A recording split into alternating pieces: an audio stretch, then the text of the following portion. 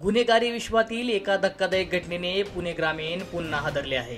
विवाहबाह्य संबंधाच्या संशयातून पतीने आपल्या पत्नीची निर्गुण हत्या केली आणि तिचा मृत्यूदेह पुरावा नष्ट करण्याच्या उद्देशाने ओढ्याच्या पुलाखाली फेकून दिला। मात्र मृत्यूदेहावरील गोंधनाने या प्रकरणातील गुन्हेगाराला थेट पोलिसांच्या हाती दिले।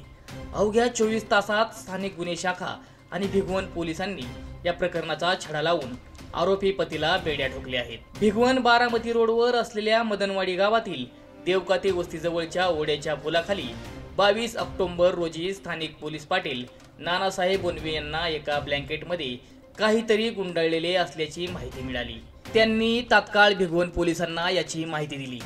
पोलिसांनी घटनास्थळी येऊन पाहणी केली असता त्यात एका 30-35 वर्षीय महिलेचा कुजलेल्या अवस्थेत मृत्यूदेह आढळला। पोलिसांसाठी सर्वात मोठे आव्हान होते ते म्हणजे या अनोळखी महिलेची ओळख पटवणे, परंतु महिलेच्या हातावर रविराज असे गोंधन दिसले। हे गोंधन पोलिसांच्या तपासासाठी महत्त्वाचा दुवा ठरला।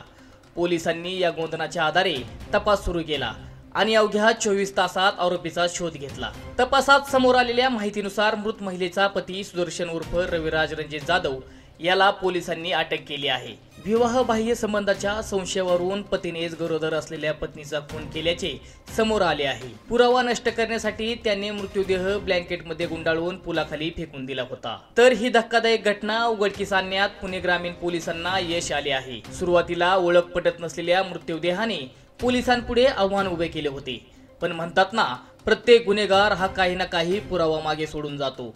इथेही तसेच घडले। मृत महिलेच्या हातावरील गोंधनानेच पोलिसांना तपासाची दिशा दिली आणि संशयाची सुई तिच्या पतीकडे वळली।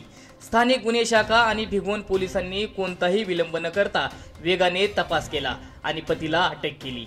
त्याने गुन्ह्याची कबुली दिल्यानंतर सर्वांना धक्का बसला। या घटनेने पुन्हा एकदा कौटुंबिक वादाचे भयावह स्वरूप समोर आले आहे।